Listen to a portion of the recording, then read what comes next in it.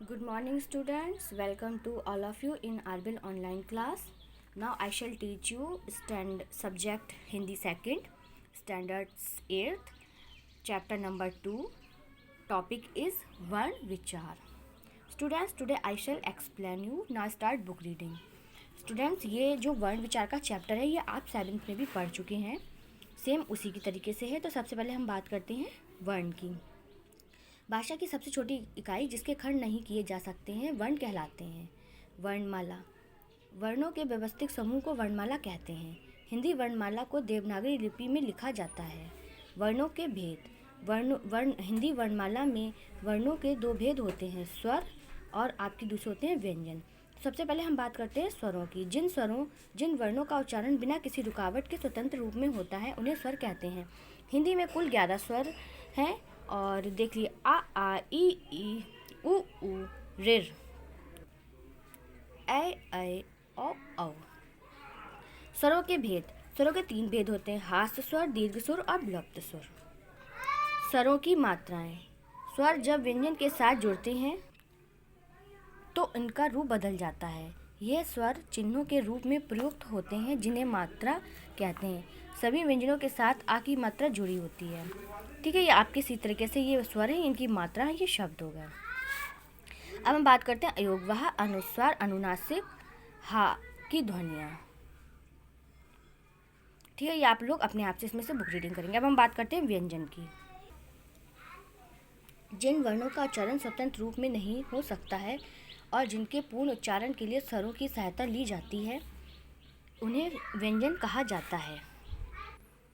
जिन वर्णों का उच्चारण स्वतंत्र रूप से नहीं हो सकता है और जिनके पूर्ण उच्चारण के लिए स्वरों की सहायता ली जाती है उन्हें व्यंजन कहते हैं.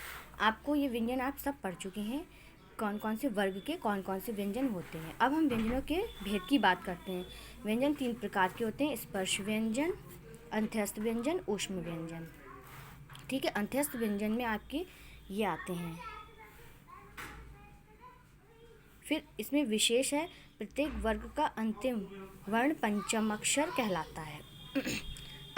पंचम अक्षर कहलाता है. अंत्यस्थ व्यंजन जिन व्यंजनों का उच्चारण करते समय वायु मुख के किसी भी भाग का स्पर्श नहीं करती है. ठीक है, तो य र ल व ये आपके अंत्यस्थ व्यंजन हो गए. अब बात करते हैं ऊष्म व्यंजन की. जिन वर्णों का उच्चारण करते समय वायु तेज गति से मुख से रगड़कर खाकर ऊष्मा पैदा करती है तो उसमें ऊष्म व्यंजन कहते हैं. शा, शा, शा, हा 4 ऊष्म व्यंजन हैं. संयुक्त व्यंजन.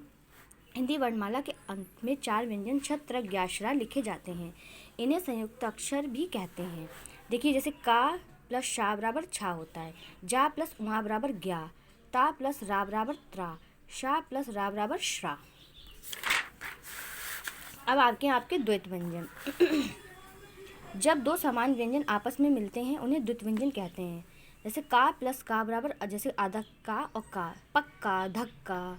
ठीक है, इसी तरीके से ये दिए हुए हैं. फिर हम बात करते हैं इसमें, या आप इसके उदाहरण सारे बुक रीडिंग कर लेंगे. अब आता है रा के विभिन्न रूप. इसमें क्या है, रा के मेल से बनने वाले संयुक्त व्यंजन बनने के नियम इस प्रकार हैं. जैसे कुछ व्यंजन ऐसे होते हैं जिनके ऊपर रा लगता है, जैसे गर्म, कर्म, धर्म. कुछ में नीचे लगता है, प्रश्न, प्रबल, ट्रक, ट्रम. ठीक है, कुछ में ऊ, छोटा ऊ, बड़ा ऊ स्वरों की मात्रा का प्रयोग जब राग के साथ होता है तब प्रायः भ्रम हो जाता है तो उसमें हम रा प्लस ऊ बराबर रू. ठीक है, बड़ा ऊ में ऐसी पाई लग जाती है और छोटे ऊ में इस तरह की लगती है. जैसे रुपया, रुचि, गुरु, रूप, रुमाल, रूखा. ये मात्राएं ऊपर या नीचे ना लगाकर वर्ण के पेट में अर्थात मध्य में लगती हैं. वर्णों का उच्चारण स्थान. अब देखिए यहाँ पर ये किस तरीके से कंठस्थ, मूर्ध, तालव्य और दंतव्य. तो ये इस तरीके से आप इसमें से बुक रीडिंग करेंगे. ओष्ठ, दंतस्थ, नासिका. कंठतव्य, कंठोष्ठ स्वर यंत्र से. श्वास वायु के आधार पर व्यंजन के भेद. श्वास वायु के आधार पर व्यंजन के भेद. इसमें आपके आते हैं अल्प प्राण और महाप्राण. जिन व्यंजनों के स्थान पर मुख से श्वास वायु की मात्रा कम निकलती है उन्हें हम अल्प प्राण कहते हैं. उदाहरण में आपके आते हैं, देखिए का गा डा, चा जा जा वा, टा रा ढा ढा, ता दा ना, पा वा मा, या रा ला वा शा। ठीक है, अब आपके महाप्राण जो होते हैं इसमें क्या है, मुख से श्वास वायु अधिक मात्रा में निकलती है, जैसे खा, घ, छ, झा। ठीक है, फिर है स्वर तंत्रियों के आधार पर व्यंजन के भेद।